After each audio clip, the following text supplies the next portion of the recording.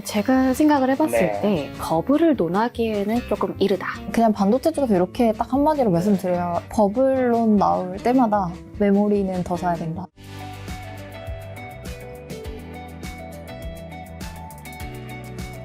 자, 지금 전기전자 반도체 섹터가 뜨거워서 한번 이제 섹터 전문 시간을 좀 가져볼까 하는데, 일단 전기전자부터 섹터 점검하시면서 가장 좀 뜨거운 이슈, 좀 어떤 것들인지 한번 말씀해 주신다면요.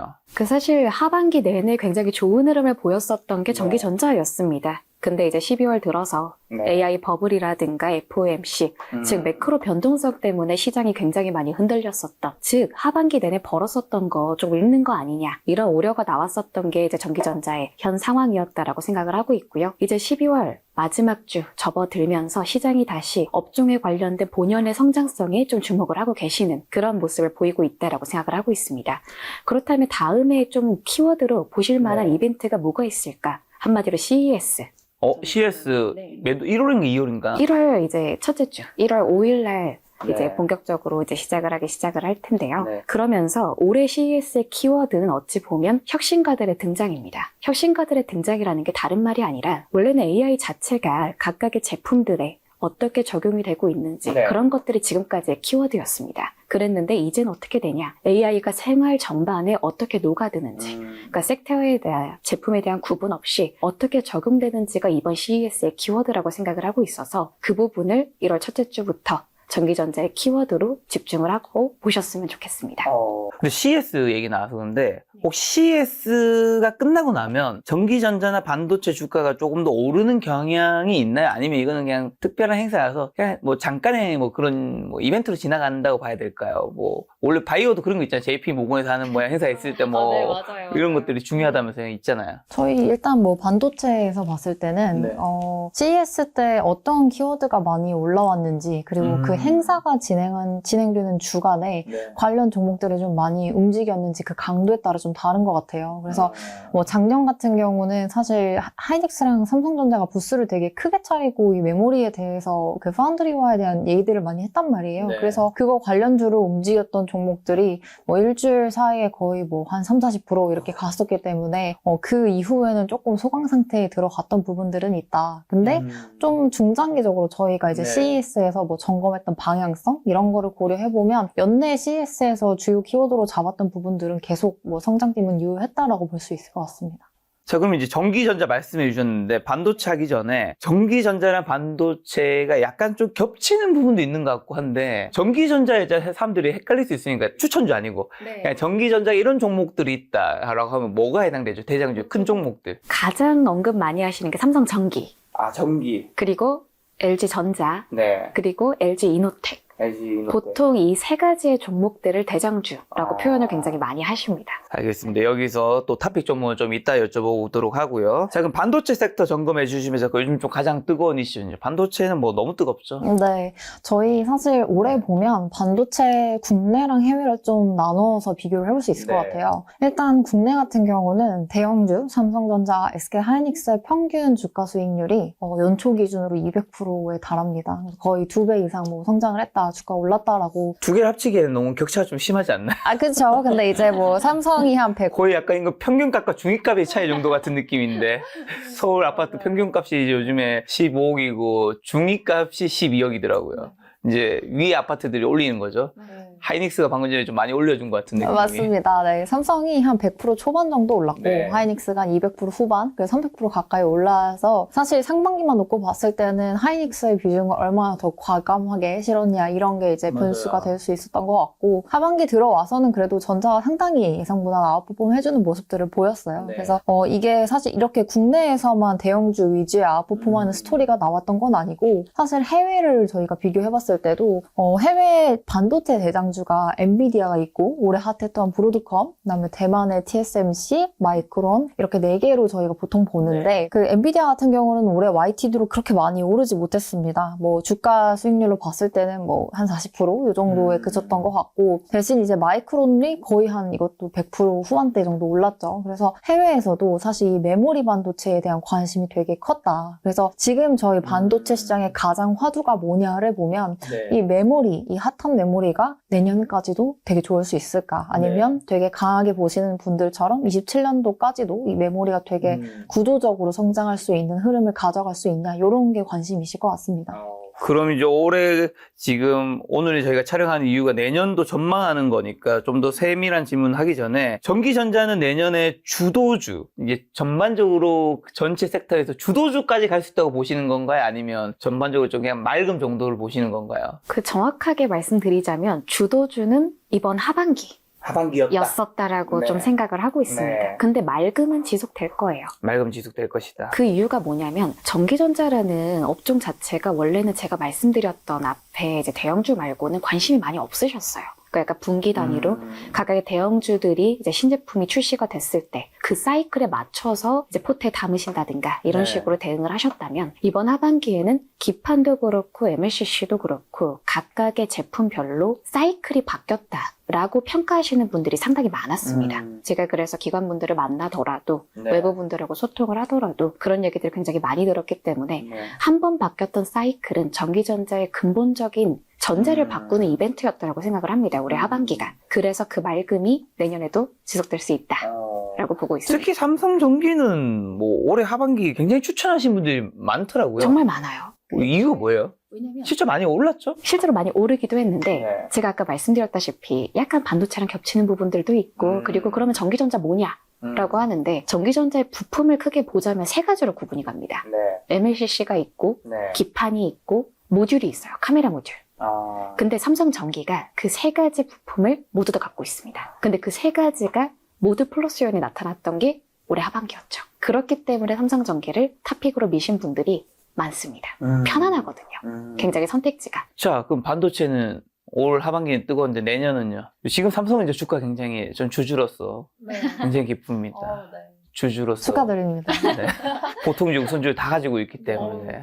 네. 저희가 사실 이 메모리 반도체, 한국이 가장 잘하는 이 메모리 시장을 보면 보통 지금 이제 주가가 좋은 거는 가격이 되게 세기 때문에 좋거든요. 이 메모리 가격이 3분기에는 평균적으로 분기 기준으로 한 10% 초반 정도 올랐는데 4분기에는 30% 넘게 오릅니다. 그러니까 분기에만 물건의 가격이 30%가 오르는 거죠. 그래서 당연히 그런 거 때문에 이제 전반적으로 주가는 좋았는데 이제 내년 그림을 저희가 봤을 때는 분기별로 좀 쪼개보셔야 돼요. 아시겠지만 테크는 되게 호흡이 빠르기 때문에 이 분기별 움직임을 좀 보시는 게 중요한데 일단 내년 1분기, 2분기 이렇게 상반기까지는 이 가격 상승이 되게 강하게 나오는 흐름들이 이어질 것으로 좀 보고 있습니다. 네. 이런 상황에서는 사실 대형주가 계속 더 세게 움직일 수밖에 없는 거고 저희는 이 하반기로 넘어가면서는 가격은 상승은 하지만 그 강도 자체는 조금 줄어드는 그림으로 좀 보고 있고요. 하반기는 오히려 메모리 그러니까 출하량에 대한 성장이 더 강하게 나올 것으로 좀 보고 있습니다. 그래서 26년도를 좀 정리해보면 상반기는 여전히 P사이클, 하반기는 Q사이클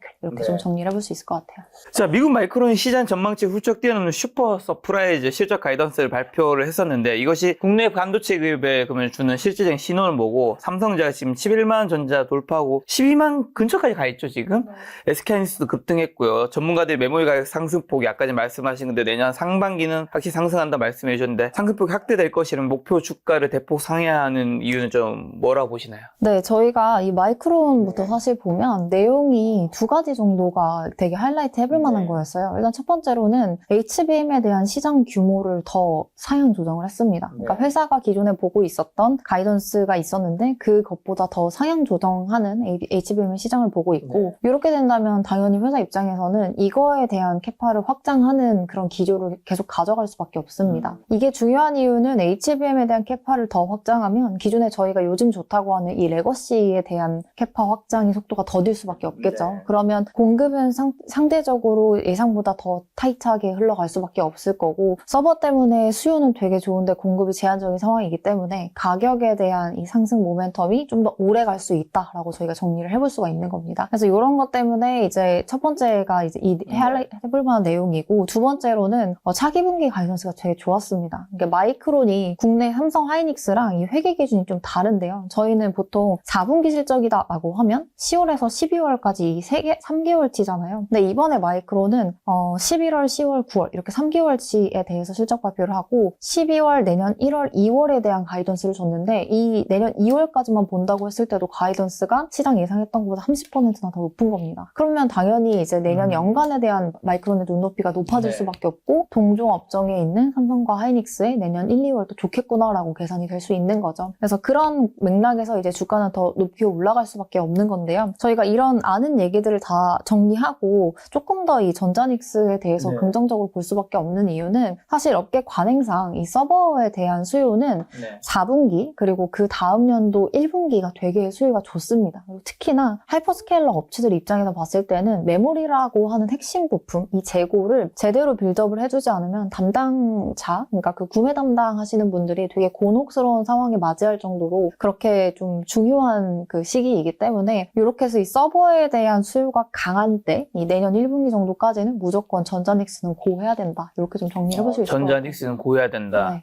그러면 둘 다 좋다고 하신 건데 둘 중에는 어느 거를 더 좋게 보신다는 의미일까요? 요즘에 뭐 하반기 때는 보통 여의도에서도 하이닉스 팔고 삼성전자로 간다는 얘기 굉장히 많이 들렸는데 그래도 하이닉스가 더 많이 올랐던 것 같아요. 네, 그쵸. 조금 더 지금 오르고 있는 네. 상황이긴 한데 사실 상반기에 저희가 극심한 차이를 보였던 것만큼은 아닌 것 같아요. 전자 네. 뭐 비슷하게 잘 가고 있고 저는 이 질문을 딱 주시면 요즘 좀 많이 받는 질문인데 그렇게 말씀을 드려요. 지금 하이닉스가 전자 대비 못 가는 이유 그리고 마이크론 대비 덜 가는 것처럼 보이는 이유에 대해서 고민을 해보자라는 말씀을 드리는데 하이닉스가 삼성전자 대비가 아니라 삼성전자 하이닉스 대비죠? 예, 그렇습니다. 그래서 말씀을 드리는데 그런 이유가 사실 하이닉스는 삼성전자보다 AI GPU, 즉 엔비디아의 루빈에 대한 소식에 영향을 많이 받습니다. 근데 이 루빈이라고 하는 차세대 엔비디아 칩이 사실 내년에 생각했던 것보다 생산이 조금 느려지고 있어요. 그래서 이런 생산 지연에 대한 노이즈가 계속 발생을 하고 있기 때문에 닉스가 좀 덜 가고 있는 부분들이 있습니다. 역으로 해석을 해보면 주가에는 이미 안 좋은 부분이 반영이 되기 때문에 내년 1분기 지나면서 루빈의 초기 생산이 좀 잡힌다라는 뉴스플로우가 나오면 오히려 전자보다 그 구간에는 닉스가 더 갈 수가 있다. 이렇게 좀 보고 있고 내년 26년도 연간으로 봤을 때는 사실 전자 쪽에서 파운드리에 대한 개선이라든지 아니면 사업부 전반적으로 AI나 이 파운드리 시장에서 수혜받을 수 있는 부분이 조금 더 부각이 될 수 있기 때문에 YTD로 봤을 때는 전자가 조금 더 닉스 대비 좋을 가능성들을 좀 열어둬야 된다. 이렇게 좀 정리를 해볼 수 있을 것 같습니다. 그러면 이제 여기서 두 가지 질문을 좀 한 번에 좀 들어보면 근데 이 모든 게 사실은 제가 생각했을 때 전기, 전자나 뭐 반도체나 결국 AI 꺾이면 다 같이 꺾일 것 같다라는 생각이 드는데 유한타에서는 AI 쪽에 버블이 얼마나 지금 내년에 터질 가능성이 있는지도 궁금하고 빅테크들이 AI 버블 우려에도 불구하고 본인들도 버블 뭐 그건 비슷한 얘기를 했죠. 그럼에도 불구하고 내년까지 대규모 설비 투자 지속한다고 또 발표한 이유는 뭘까요? 근데 제가 생각을 해봤을 네. 때 버블을 논하기에는 조금 이르다. 라고 이제 생각을 하고 있습니다. 왜냐하면 빅테크들 입장에서는 내년까지 대규모로 설비 투자를 할 수밖에 없어요. 이제 그된 상황을 본다면 어차피 AI 버블 우려의 시작조차도 빅테크들이 본인들의 캐펙스 전망치를 상향시키고 나서 시작이 됐습니다. 이제 그러면서 그때 오라클이라든가 이런 일부 기업들을 필두로 해가지고 우리 이 정도 캐펙스 투자할 만큼 돈 벌고 있나? 이런 우려들이 시장에 올라가면서 나오기 시작했던 게 AI 버블이었다라고 생각을 하고 있어요. 근데 내년에 나올 신제품들도 그렇고 결국 캐펙스를 상향시킨다, 투자를 한다라는 의미는 모델의 성능을 개선시키고 그거에서 요구가 되는 추론 능력치를 맞추기 위한 그 전제 조건을 하기 위함입니다. 그리고 내년 일단 연말까지 예정되어 있는 데이터 센터 설치되는 그 프로젝트가 크게 세 가지가 있거든요. 엔트로픽이 추구하는 거, 오픈 AI가 주도하는 거, 그리고 메타가 추구하는 그 세 가지 프로젝트의 데드라인이 내년 연말까지입니다. 즉 내년까지는 캐펙스 투자를 할 수밖에 없다. 이라고 생각하는 근거가 거기에 있습니다. 혹시 뭐 AI 버블에 대해서 코멘트하고 싶은 게 있으실까요? 저는 그냥 반도체 쪽에서 이렇게 딱 한마디로 말씀드려요. 버블론 나올 때마다 메모리는 더 사야 된다.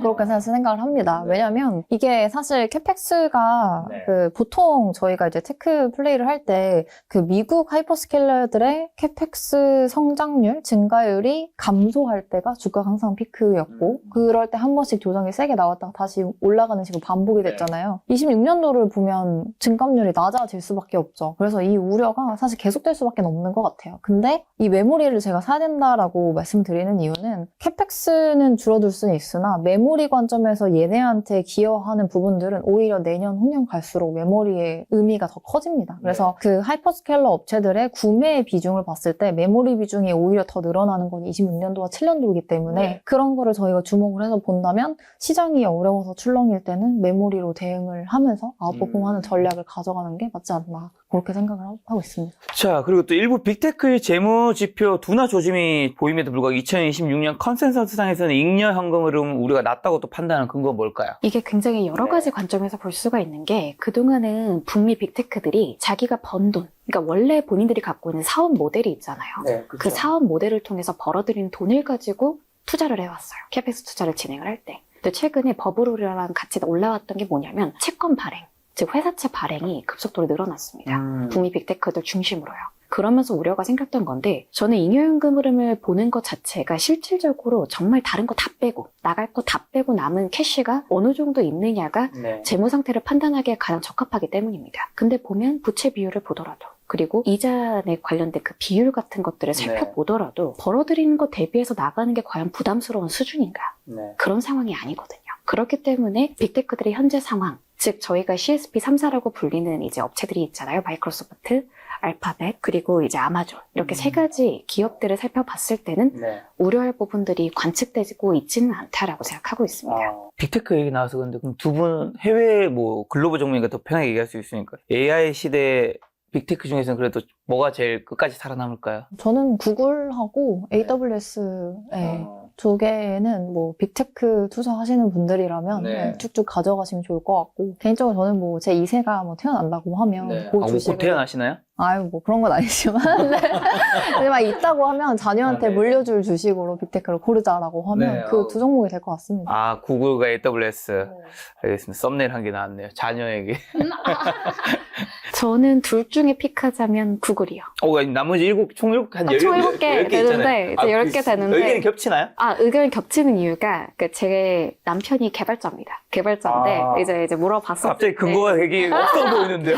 우리 삼촌이 뭐 했는데 지금 약간 그런 얘기 하는 거죠. 왜냐면 개발자 입장에서는 그게 되게 화두래요. 빅테크, 본인들이 가고 싶어 하는 것들 중에 하나가 빅테크들이기 때문에. 그러면 오래 살아남는 게 뭐고, 거기가 강한 게 뭔지를 가장 알 수가 있는데, 구글 같은 경우에는, 그러니까 알파벳 같은 경우에는 구글이라는 본인들의 플랫폼을 갖고 있잖아요, 웹사이트. 그렇죠. 거기서 얻어들이는, 즉, 결국에는 빅테크들의 싸움은 데이터의 싸움이거든요. 그 데이터가 가장 많이 축적이 되어 있는 CSP 3사가 어디일 것이냐. 그게 저는 구글이라고 생각을 합니다. 남편분이 말씀하시는 게 지금 업계에서 사람들이 제일 가고 싶어하는 AI 가고 회사는 싶어하는, 구글이다. 네, 구글이다. 이제 그거를 필두로 본다면 설득력이 있다라고 생각을 하는 거죠.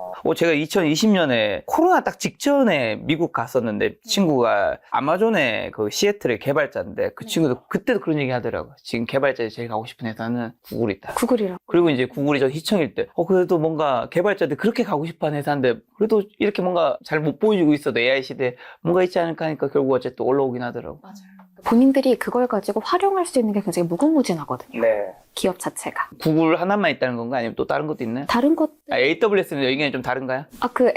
AWS 같은 경우에는 본인들이 갖고 있는 플랫폼 자체가 소비자 쪽에서 시작을 했기 때문에 빅테크에 연동이 돼가지고 갈 수 있는 부분들이 있지만 정말 AI라는 그 테마 하나를 보자면 저는 우선은 M7 중에서는 구글이라고 생각을 합니다. 근데 요즘 다들 구글 이렇게 얘기하는데 다들 답을 알고 있어도 이렇게 주가도 오를 수도 있나요? 요즘 답은 다 구글 얘기하잖아요. 특히 제미나이 3.0 이후로는 구글인 것 같아. 구글이 반도체도 만들고 뭐 구글이 앞에 뒤에 뭐 서버도 있고 그다음에 뭐 검색 엔진도 있고 다 가지고 있다. 저희가 좋아하는 게 수직 계열화 좋아하잖아요.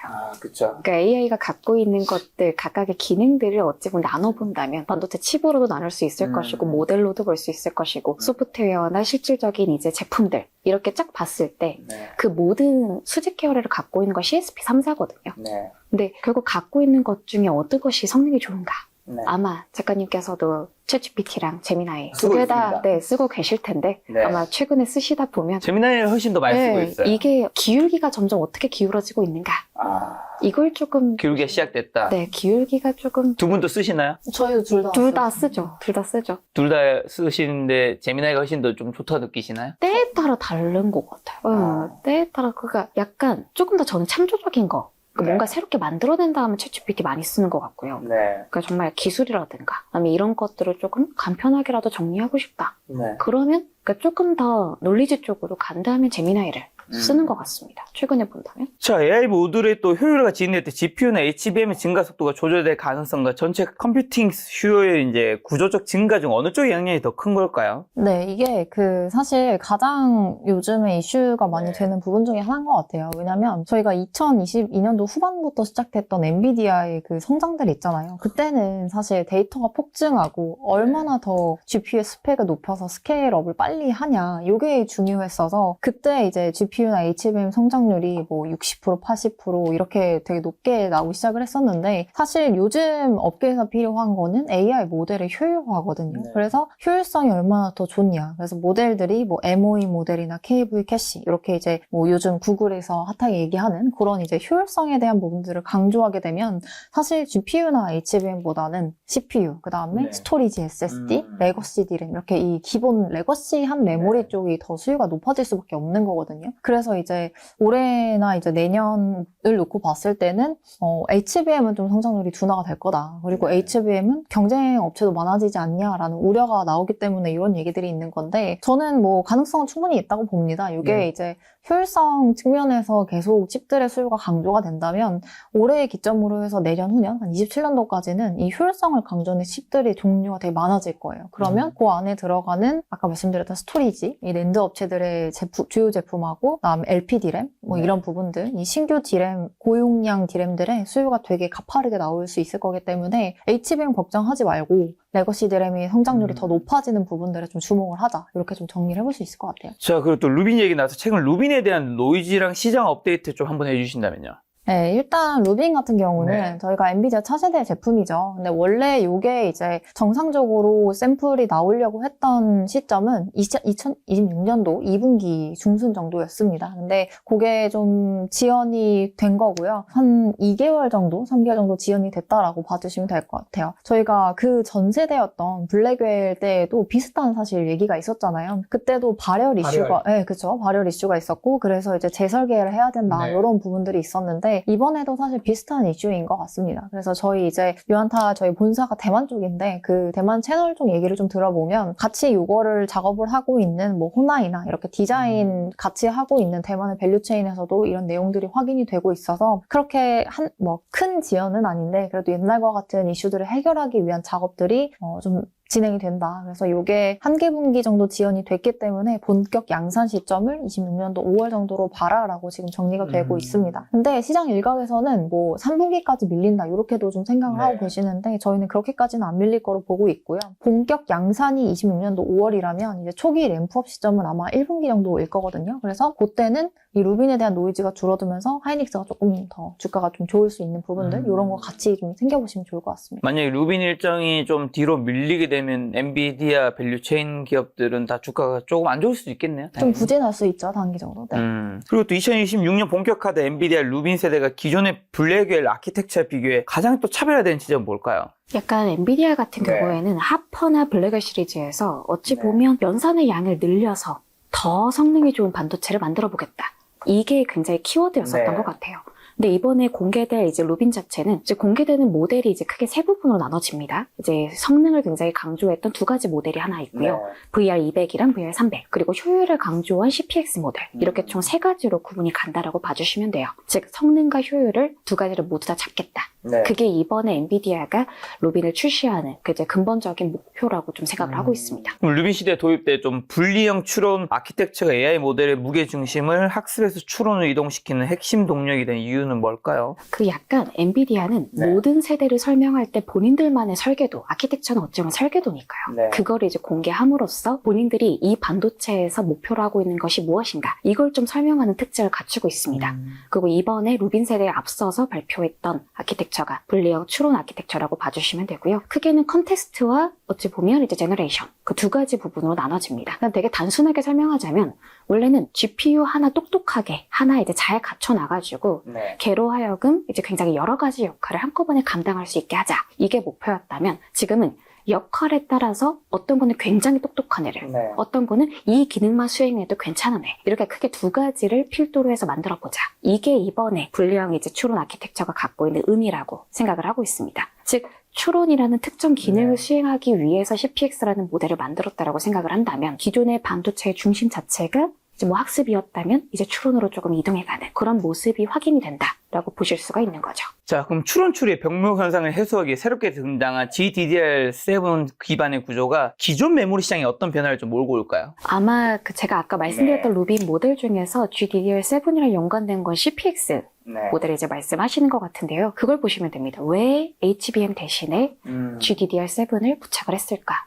이건 다른 게 아닙니다. 대량 생산이에요. 그러니까 제가 아까 메모리 쪽에서 말한 것과 일맥상통한 부분이 대량 생산을 목표로 나왔던 모델이 있다. 그럼 기존에 제가 아까도 말씀드렸잖아요. 원래는 하나의 똑똑한 반도체가 굉장히 여러 가지 역할을 담당하게 하는 게 기본적인 키워드였다고. 근데 이제는 어떻게 되냐? 각각의 역할별로 다른 반도체를 부착을 하면 되거든요. 그럼 반도체의 중심이 퀄리티에서 퀀티티로 넘어갔다는 것을 루빈 모델을 통해서 엔비디아는 드러내고 있는 거고 그것을 가장 대표적으로 드러내는 게 GDDR7 부착한 CPX 모델이라고 생각을 하고 있습니다. 그러면 ASIC 이제 개발 로드맵에 따라 구글, 메타, 마이크로소프트가 자체 칩을 양산할 경우에 기존 GPU 시장의 구도는 어떻게 좀 재편되는 거죠? 그러니까 이렇게 좀 생각을 많이 하시는 것 같아요. 그러니까 빅테크들이 내년에 이제 ASIC들을 줄줄이 이제 로드맵들이 이제 예정이 되어 있는 상황입니다. 이제 이러다 보니까 엔비디아 진영대, 이제 구글 진영 이런 식으로 각각 따로 나눠져서 주가도 그렇게 움직이고 있고 시장에서도 그렇게 밸류체인을 많이 이제 살펴보고 계신데 저는 결론적으로 파이가 늘어나는 시장이라고 생각을 합니다.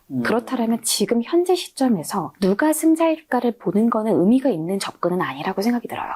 물론 이벤트가 발생했을 때마다 주가 단위로 차별화돼서 움직일 수는 있을 거예요. 하지만 결국에는 모든 진영, 엔비디아 진영과 구글의 진영이 모두 다 올라가는 현재 시장을 26년도에 지켜보실 수 있을 거라고 생각을 하고 있습니다. 지금 내년에 구글 진영도 엔비디아 진영도 다 오른다는 건가요? 그러니까 결론적으로는 이벤트에 따라서 각각의 진영이 움직이는 시점은 정해질 수 있죠. 하지만 결론적으로 시장의 파이가 늘어나기 때문에 양 진영 모두가 수혜를 입는 해입니다. 내년도 자체가. 그럼 혹시나 엔비디아는 전고점을 돌파할 수도 있을까요? 전고점을 돌파할 수 있어. 그거는 이제 지켜보셔야 될 부분들이 많은 것 같은데요. 어떻게 생각하시나요? 반도체 위원님은?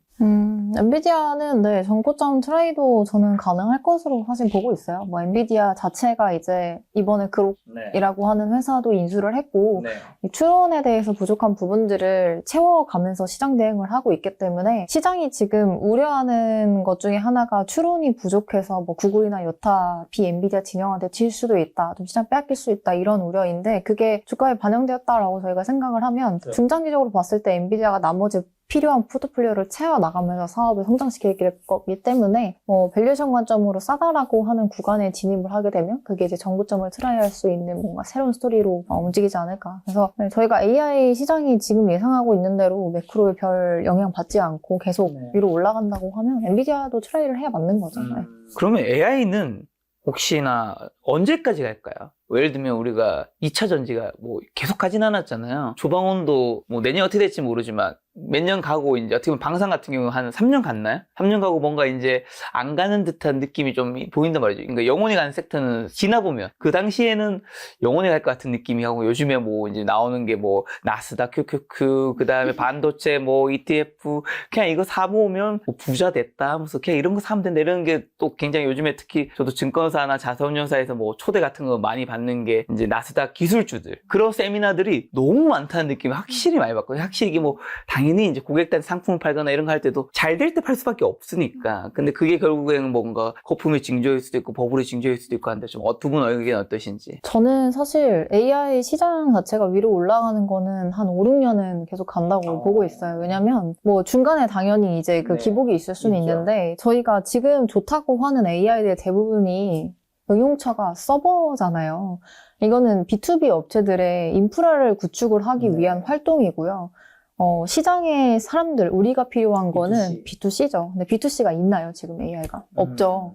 이거는 생길 시장이다라는 의미로 해석을 해볼 수 있고 이게 이제 핸드폰에 들어가고 PC에 들어가고 그리고 뭐 저희 자동차, 로봇 이런 데에 들어가면서 각 응용처가 지금은 성장률이 한 1%대 이렇게 한 자리밖에 되지 않는데 AI가 만들어내는 시장 성장이 꽤 있을 것 같아요. 그래서 B2C 시장이 많이 올라오기 시작한다. AI 때문에 실제로 판매량이 증가를 한다. 이런 부분들을 봐야 우리가 AI 이쯤 하면 이제 웬만하면 끝났다 이 얘기를 할 수 있지 않을까 그렇게 생각을 합니다.